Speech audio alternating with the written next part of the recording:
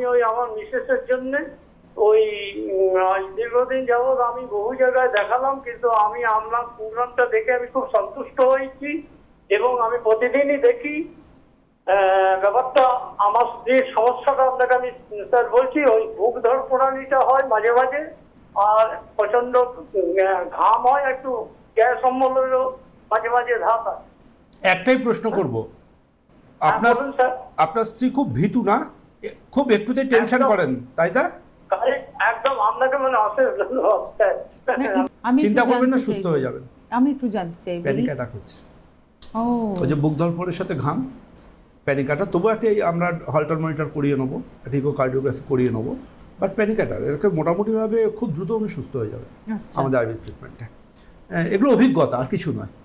মানে আপনি ইনস্ট্যান্ট বললেন, এবং এটা তো হতে পারে না যে একটা মানুষের ঘাম হচ্ছে বলা, অন্য কিছু প্রশ্ন করতে পারতেন, আপনি বলে দিলেন যে খুব ভীতু, খুব ভয় পান, টেনশন করেন, আতঙ্ক করেন।